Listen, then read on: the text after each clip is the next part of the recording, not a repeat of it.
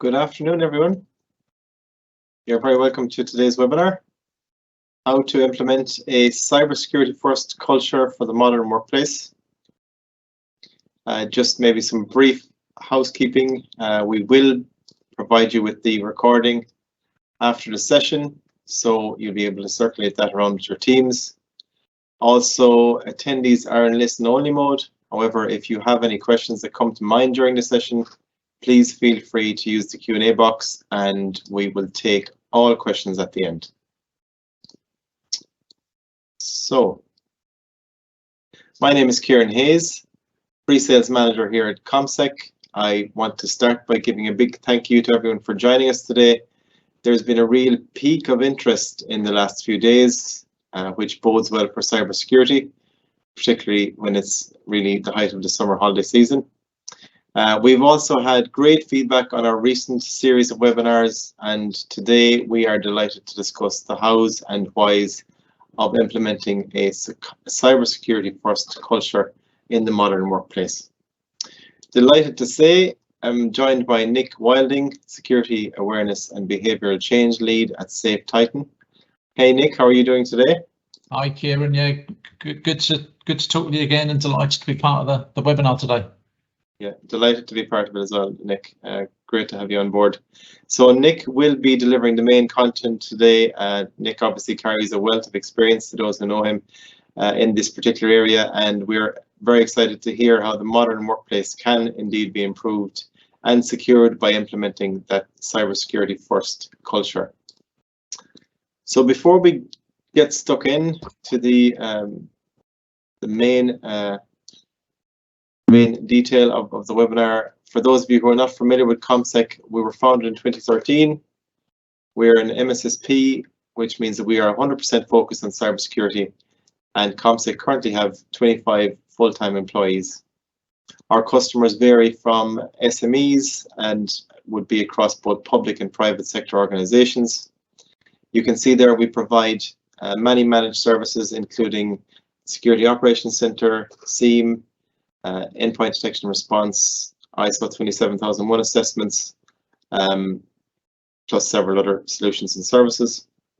We are a top provider of pen testing in Ireland, and we also offer our very popular managed vulnerability scanning service via our own platform called CheckScan Plus. And of course, CommSec are very, very proud to partner with SafeTitan, who are a leader in security awareness training. Finally, as you can see on the slide, we have significant accreditations to our name, and we were delighted to be recognized by our peer groups at this year's Tech Excellence Awards.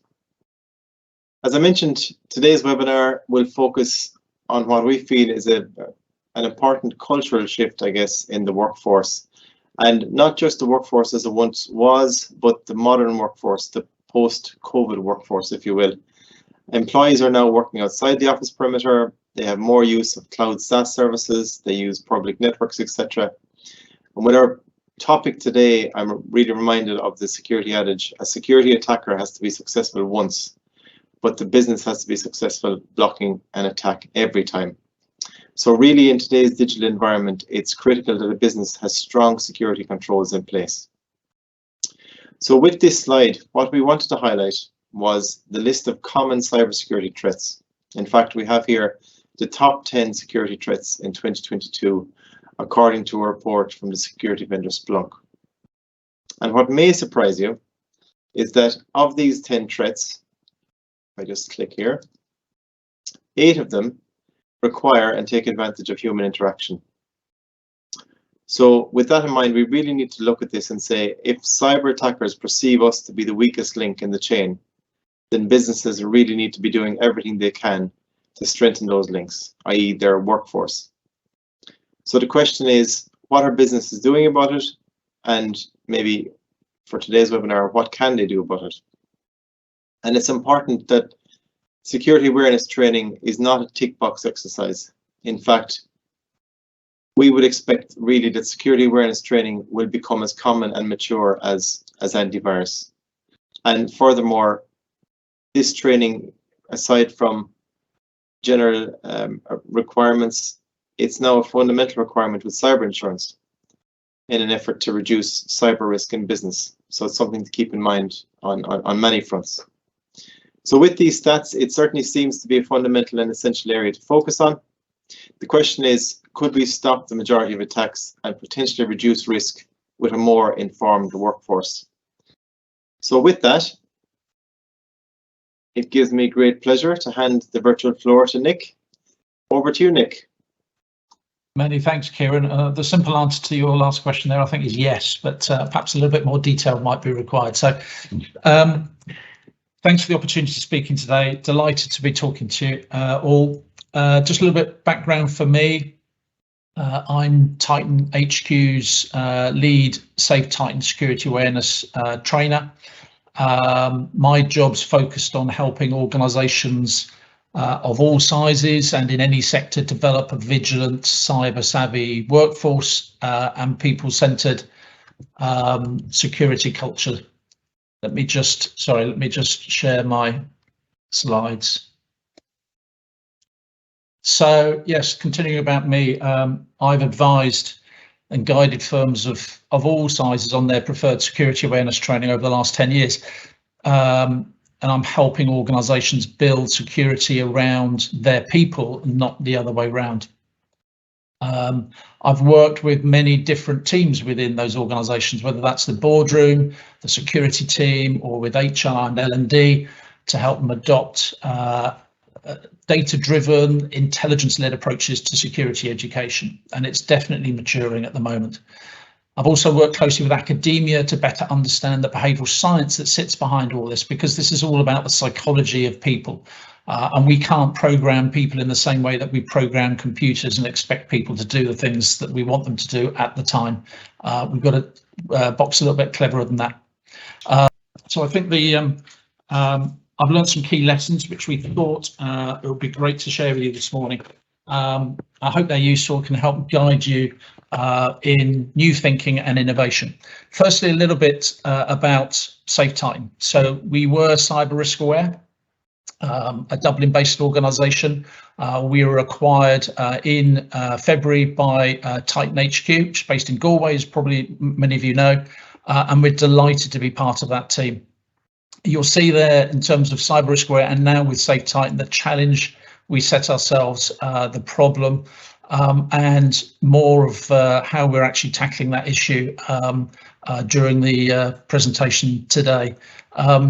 As you'll see through Gartner and our work in developing the SafeTitan platform, we've been recognised by them as a full feature platform technology solution that caters for specialised end users. So we are delighted to be part of the Gartner's Magic Quadrant, and that will continue. So in our new hybrid working environment, our staff can be the strongest defence against damaging cyber attacks, but we need new approaches to security education to enable that to happen. And ultimately, the success of an organisation's human cyber risk management comes down to that trust and culture. And as you see there, the Computer Weekly launched some research very recently, a couple of weeks ago, that highlighted that UK home working more than doubled since 2019 as a result of the pandemic. So we're really working in a very different workplace that we have done traditionally.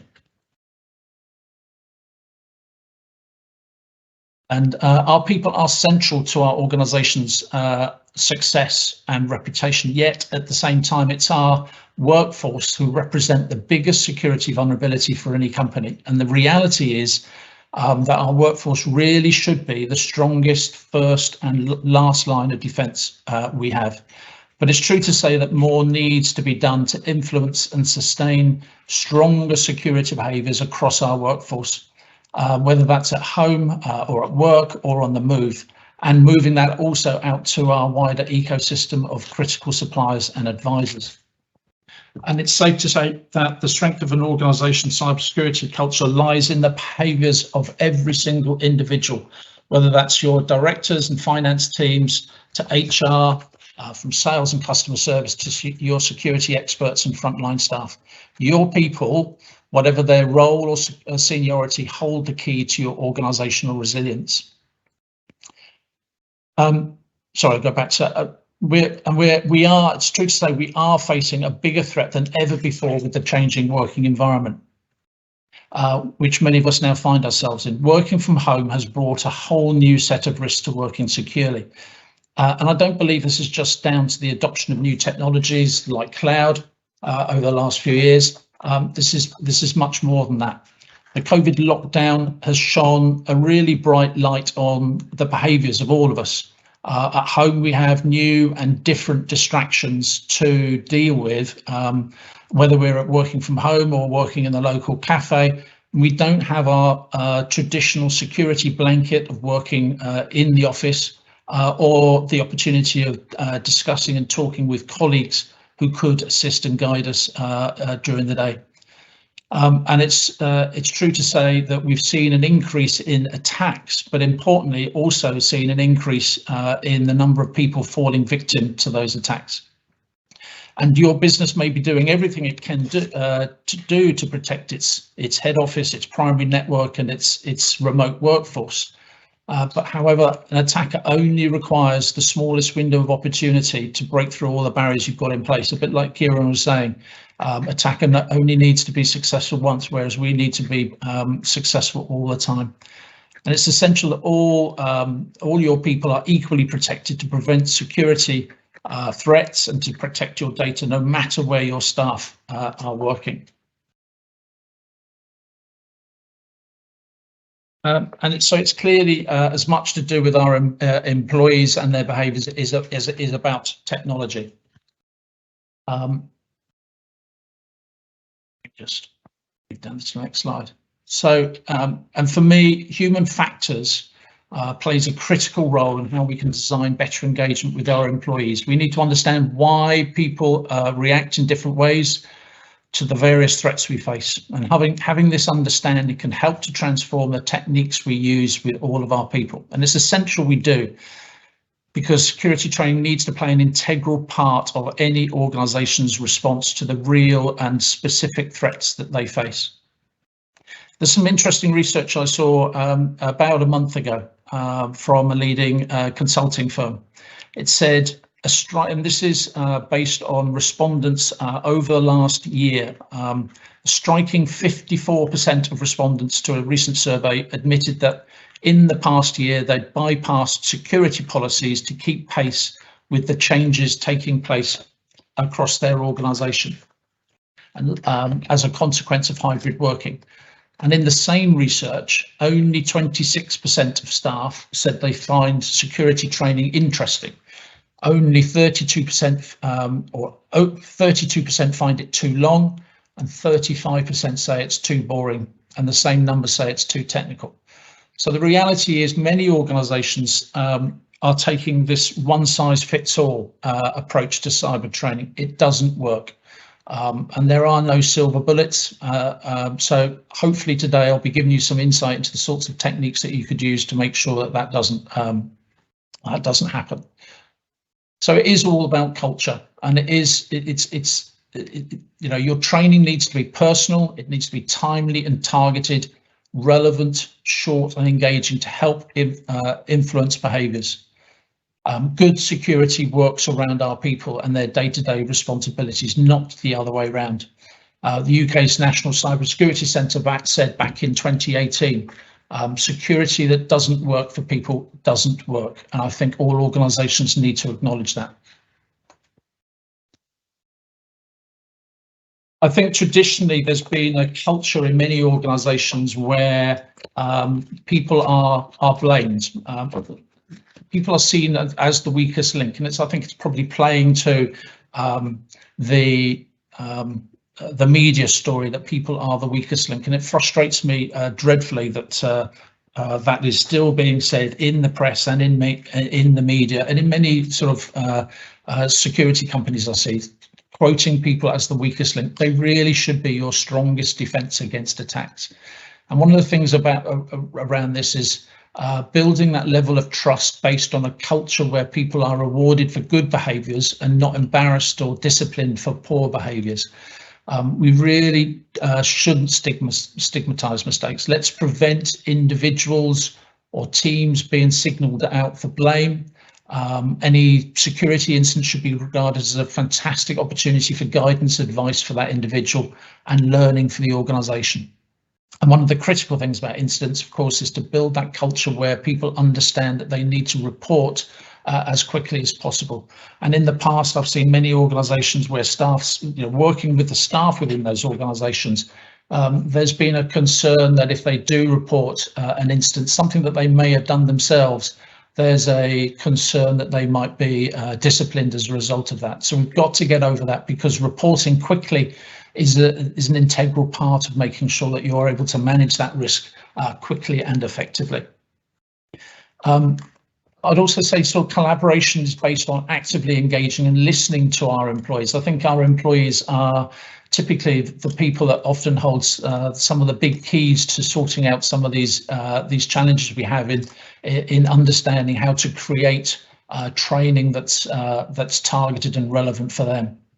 And we need to understand the constraints and frustrations that they face every day. And that's particularly true in the new hybrid working environment, where more people are working from home in complying with company security policies. The current tendency to throw information, just throw information at staff is so overwhelming, and it just highlights this one approach. This one size does not necessarily fit all.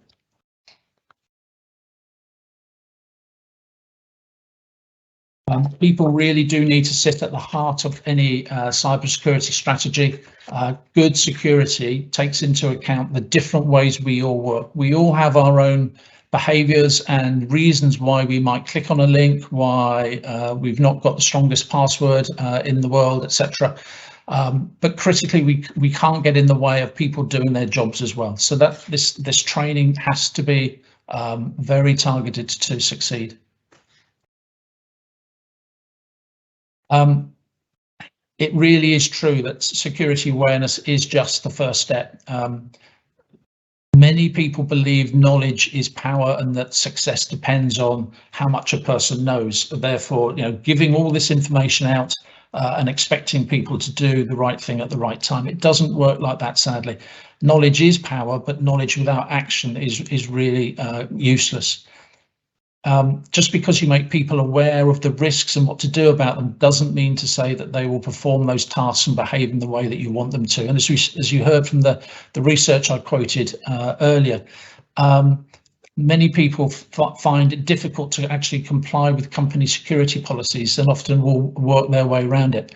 So it's really important to make sure that in addition to the training, it is easily understood. And it's easy to do what we're expecting them to perform in order to stay safe. And one of the biggest challenges we face is that much of what we provide our employees is often lost in translation. I think very strongly that we really need to demystify cyber and technology. I think the security industry has been guilty of creating its own very specific language, which for many people is often impenetrable. And we must remember this is not about technology.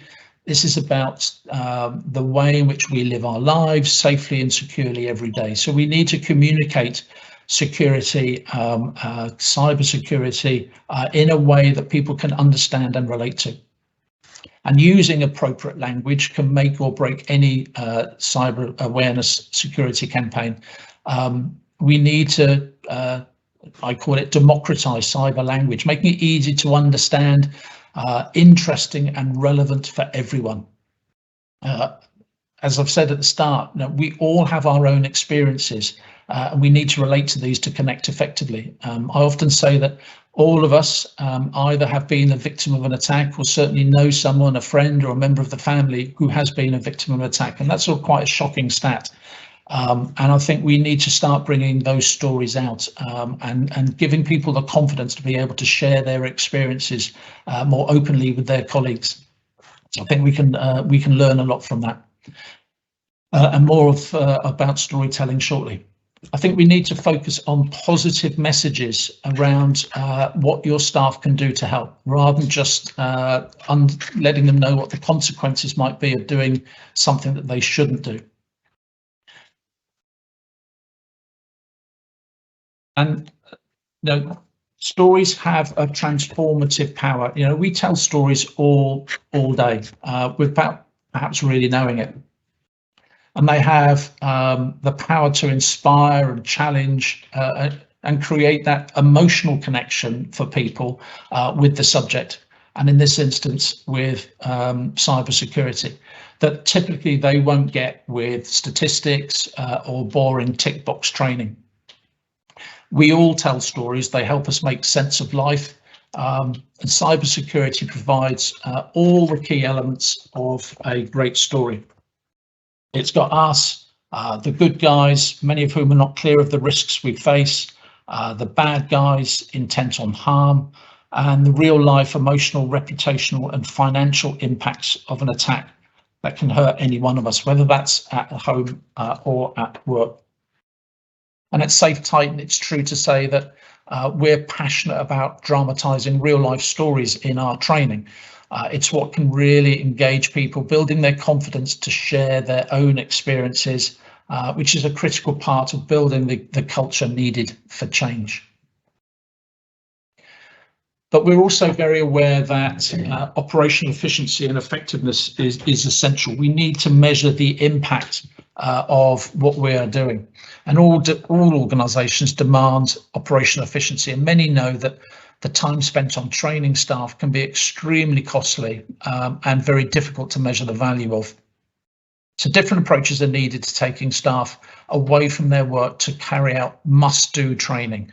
I've worked for companies in the past where I know training hasn't been successful because as soon as the email is sent out and you said you must do this training and you must do it by next Wednesday, everyone starts talking about it in the office, and most of us just say, well, let's just ignore it or wait till we're chased. We need to, it's that collaboration. It's part of that building that relevancy to people to understand why they need to be doing this training. And it's safe to say that not all your staff require all your security training. You need to understand where your critical learning gaps relating to your critical vulnerabilities, human vulnerabilities, lie, and why they exist is critical in maximising the efficiency of your training. There is no need to turn everyone into security specialists. Simply doing more is rarely a good idea. And what we often advise is to our clients is focusing on understanding who and where your higher risk employees are. Those who are more vulnerable to clicking than others, for example. It means you can do much more with less. And it can help answer the question as well, what's in this for me, which is a common barrier to learning for most of us. So, as I said earlier, many of your staff will be behaving quite safely and quite securely, and it won't do anything to benefit your campaigning if you're continuing to send the same messages out to all of your staff, particularly those that are, as I say, are behaving quite securely. The other thing is understanding when we learn best. And for us, it's about knowing what to do when we need it most, training at the point of need.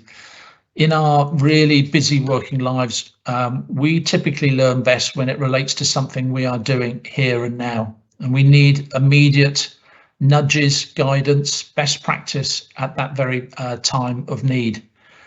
But we need to remember that we do not remember very well as well.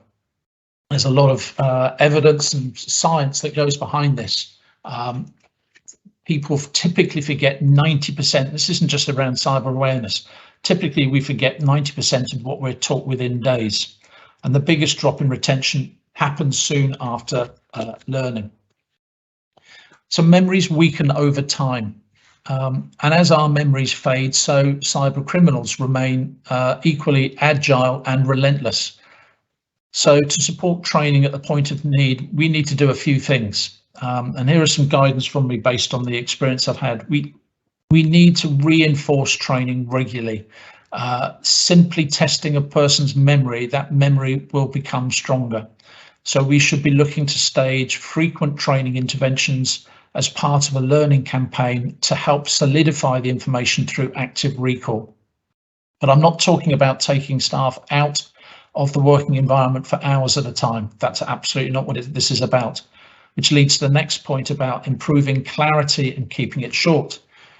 So we need to make information easier to absorb in the first place. And we use micro or nano learning, bite-sized insight and advice from anything between 10 seconds, 30 seconds to 2 to 3 minutes, critically at the right time. One example is that in carrying out a phishing simulation, if an individual employee reacts and responds to that phishing simulation, you can provide an instant nudge. So it's an instant piece of guidance and advice about that particular nature of that risk that you're advising them on, and that can be sent out immediately that they do that. We need to make training more relevant. An off-the-shelf learning resource won't have the same impact as targeting training based on something you've just done. The more relevant and timelier the training, the easier it is to recall that over a period of time. So I always recommend, for example, if you do a phishing simulation to begin with, if people respond to that, you can send this instant learning message, this instant nudge to them. You can follow that by auto-enrolling them in relevant training as a result of that. But then perhaps a month later, you might want to send out a very short related 2-minute video. And perhaps a month after that, a very short quiz. We have a whole range of quizzes within the SafeTitan platform, obviously related to that same subject. So this whole thing could be, for example, around ransomware. You could manage and automate a ransomware campaign over 2 or 3 months, and then carry on testing the knowledge and understanding of your people over that period of time. We should also make it more interactive. People learn better when they're actively involved than when they're just passive observers to training and flipping through some slides and being expected to remember it. So giving your employees the opportunity to interact with content is really important. And we're passionate at SafeTitan about using stories and scenarios within our training, asking the learner to interact with that, asking them how they would respond in a particular instance. That really does increase that interaction and engagement with the learning. And remember, all of this can be automated as well. This is taking one of the benefits is that the platform can take away and automate a lot of the time and effort that many of you may well be spending at the moment in developing and designing campaigns, managing these, etc., etc. It's also, and it comes back to the subject of today's webinar, the hybrid environment, working environment that we're in. It's been evident in much of my recent client work that there's a real appetite and demand for helping employees become safer and more vigilant at home. Not only with work-related risks at home, but also looking after their own or their family's information. And this has clearly been strengthened during the lockdowns. And this has presented organisations with a fantastic opportunity. Innovative, interactive training on issues employees encounter in their personal context often really gets much stronger engagement, and it makes engagement that much easier. And it conveys many of the same behaviour shifts and lessons that are needed in the work context. And this is the kind of technique that organisations can use to turn employees from cyber practitioners into security advocates. Again, a recent example with SafeTitan, we've recently launched a whole range of short 2-minute, 3-minute animated videos, and much of that is about helping your employees better protect themselves at home and their families. So we've got courses on, for example, or videos on staying safe, banking online, staying safe, shopping online, protecting your digital identity. All really important things to be considering. Measurement. This is an interesting one, and often a frustration for many organisations. My experience is that Many are measuring and reporting on things that actually have little or no impact on behaviour change. And let's remember, we're talking here about changing behaviours. It's not about the percentage of your people who've completed training or who've opened an attachment in a phishing test or who've read and understood your security policy. And I've regularly worked with organisations where those sorts of that sort of data is passed up to the senior management teams as a sign of the success of what they're doing. What we need to do instead is focus on your efforts in areas where you're most vulnerable. An organisation must verify that all secure behaviours it asks its employees to do are doable and not in conflict with productivity goals. It's counterproductive if what we ask of our people is not simple to understand, or if they don't have the confidence to do the right thing. So we need to understand the context and motivation for different events and behaviours. So we need to design targeted, short training interventions at the greatest time of need, when we need it most, when we're carrying out suspicious behaviours or risky behaviours. We need to measure the impact on the events and the behaviours. And that is a critical part of our platform. We provide a very comprehensive human risk analytics tool and reporting capabilities to allow you to easily measure, track and report on the success of your campaigns, whether that's by individual employee, by team, by office, by country, if that's relevant. And then looking at ways in which you can adapt and evolve those campaigns based on the response that you have. And many of our clients use our platform to test again. They might test to one team, use the same campaign or adapt it to another team, look at the responses, and then evolve and adapt before sending it out to a wider range of people. So I'm hoping that adopting some of the lessons learned that I've outlined can go a long way in measuring the right things. Just before I close, at SafeTitan, we are passionate about behaviour change. Our platform allows you to provide instant learning moments on any device in any location in real time. We can provide you with the opportunity to target, personalise, context-driven campaigns. So you've got it's easy to personalise campaigns, whether that's a phishing campaign or a training campaign or a quiz campaign, to suit your particular organisation based on the culture you have or the particular industry sector that you operate in. All of that is possible. It's really important, as I've said this a couple of times during this morning's presentation, really important that you make your training as relevant and as context driven as possible. So people working in finance should be provided with training that's specific to the risks that they face within the finance team, for example. So if you are hosting a campaign around invoice fraud, for example, clearly you might want to target those people within the finance team, senior execs, and it goes on to sort of CEO fraud, senior execs, people in procurement, people in HR. It's targeting these sorts of campaigns to the people who are going to be most at risk and most vulnerable to those sorts of attacks. So the result is that SafeTitan, we bring together multi-format security training, data and behavioural science to enable clients to offer these highly targeted, personalised interventions to different groups at their point of need. And as I say, I can't emphasise enough this quote here from the UK's National Cybersecurity Centre: security that doesn't work for people doesn't work. Any solution in relation to security awareness training, we really do need to understand how we're communicating with our staff, the sorts of day-to-day frustrations they have, talk to them about the sorts of issues that they have.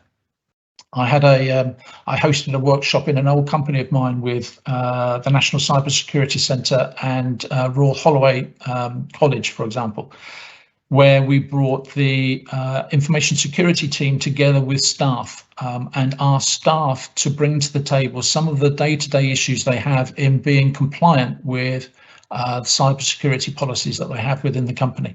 It was an illuminating session. It was a really positive session, and the staff really appreciated being asked about some of the stresses and strains that they have in wanting to comply. Because most people want to work securely. The vast majority of them do, but sometimes it's just not possible. As I said from the stats earlier, many people are finding workarounds, particularly in working from home. It's just not feasible to do some of the things that we were expecting them to do. So I hope that the lessons I presented have been useful. We live in a digital world, one where at the end of the day, and at the end of every device, at the end of every system, and at the end of every process is a human being. We have to remember that when it comes to security. We're all fallible. We make mistakes, whether we work in the boardroom or on the front line, all the time. We'd be very happy to answer any questions from you. I suppose at this stage I'll hand back to Kieran. Yes, thank you, Nick. Thanks very much. That was fantastic. Very helpful information and guidance there. And I hope our attendees have taken some learnings on the topic as well. Just on that last slide, I must say, on the previous slides, I really like the idea of having the relatable nudge and the practical training content, because of course it benefits us as employees both at work and at home, which attackers don't really care, I guess, at the end of the day. Absolutely. Where we're based. And also for the employee and the employer to actually see such tangible improvements in awareness over a period of time. It's great to see where you're coming from, and where you've come over that period. And one of the things I didn't mention as well, Kieran, is we can, there's sort of a gamification tool within the platform as well, where you can build and reward your staff as well. There's certificates, but we can also rank them and provide risk scores around individuals and teams, so you can gamify it in that way. So you can have you can really start to develop some of your security champions. And many of our clients use that facility, but also have the build up their own team of security champions around the business. And they're not typically security, or they're not security people.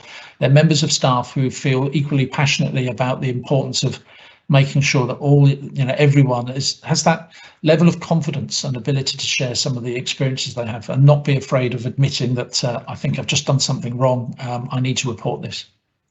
Yeah, that's great. It's great to have that dynamic system, both for the admins and for the end users. And I guess I should say as well, at CommSec we do have regular training, and I personally do find it helps to maintain a level of continuous awareness, which is what we're trying to achieve, I guess. So you mentioned questions. Just move on to the next slide. We do have a couple of questions. So if you don't mind, Nick, the first question: I need to automate our security awareness training to save the time we're taking to do it internally. Does SafeTitan help us to do that? Absolutely. The platform is a SaaS platform. There are two things our clients typically demand, and this isn't just about our platform. This is about what they demand for any successful solution. And one of those is the ability to automate it. Time and time again, I talk to organizations who have people in their learning development teams or in their security teams who are wearing multiple hats, and one of those hats is designing, launching and managing security awareness campaigns. It takes a lot of time, and what our platform provides is the opportunity to very quickly and easily design a very tailored, specific campaign to your organization. Press the button and off it goes, and it automatically then measures the responses on the platform in real time as well. So you have that at your fingertips. So yes, automation is absolutely critical. It allows you to do more during the year, but it allows you also to have that single version of the truth in terms of very quickly and easily seeing how people are responding to the campaign. Okay, great.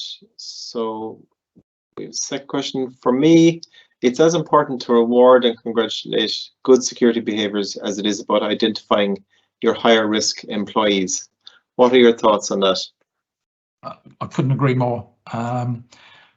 Again, many people, it's key to identify where your higher risk employees are, because they're the people that are going to make your organization more vulnerable. That's really important. And then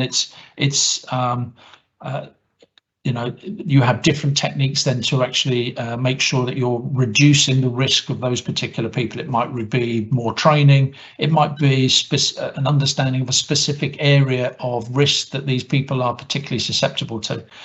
But at the same time, it's really important. Again, it comes back to building this culture of collaboration and trust, and open discussion around these risks. This is something that's happening to us all the time, every single day, and we need just to open up that Pandora's box and give people that freedom and confidence to be able to share some of these experiences. So in helping to use our platform, you can not only identify the high risk employees, but you can see just how many of your staff are behaving very safely, very securely, and gives you a great opportunity to congratulate them, reward them in some way if you want, build some of them into champions for you across the organization, where they might host lunch and learn sessions or host little meetings where you can talk about specific issues. So absolutely, for us, it's a positive journey that we're trying to take everyone on, including those people that are the higher risk employees. They're not the weakest link. They absolutely are the people that, for whatever reason, perhaps don't understand a particular aspect of security, and something that we can help to assist in training. Yeah, that's a really good answer. I think just you mentioned there, it's a journey for a lot of employees, and some employees will thrive at this, and they will probably enjoy helping out other employees as well. So it's great to have that option. It's a dry subject, isn't it, typically? But we work really hard to try and make this as engaging and as relevant as possible, which comes back to this whole area about helping people learn about their own risks at home with themselves and their families as well. It's really important. Sure. Yeah. So we'll take one more question. We have so reporting progress and improvement in our security behaviors to senior management is critical to me. How can this be done? So the SafeTitan platform provides you with a very comprehensive reporting tool. It's based on Power BI. It's a whole range of behavioral analytics, campaign analytics. You can look at the performance from each of your phishing campaigns, training campaigns, quiz campaigns, or integrated campaigns. You can look at the vulnerability of particular people across the organization, of teams, of offices, different countries. And you can extract that information into reports for senior management. And a number of our clients have had real success at using those tools to help their objective to get continued or higher investment in this whole area of human cyber risk management. Because I think the other thing is that the leadership teams across all organizations are now really beginning to understand that their resilience to cyber attacks and data breaches is as much about people as it is about technology, more so in my eyes. I would say that, wouldn't I? It is all too easy for attackers to compromise an organization's networks. And it does frustrate me when I still read in papers about the latest attack, which we regularly do, and it focuses on the complexity and the sophistication of the attack. And many are, but that tends to be at the back end. How they're actually carrying out the attack is often very, very simple, because they're targeting us. They're targeting us, who sometimes are very busy at work. We see this email, we don't perhaps take as much, don't take that sort of 2 or 3 seconds to think, ask ourselves some simple questions. Am I expecting this email? Is this from someone I know? Is the request one that I would expect? Just take that time to think, this might be an attack. I was scanned yesterday myself at work, so it's very real. It's constant, and we have to be very vigilant to just doing some very simple things in our heads to sort of ask ourselves some very simple questions before we're clicking on a particular link. Yeah, absolutely, absolutely. Thank you, Nick. We don't have any more questions, so thanks to the members who sent in those questions. Really appreciate that. Thanks for your interest.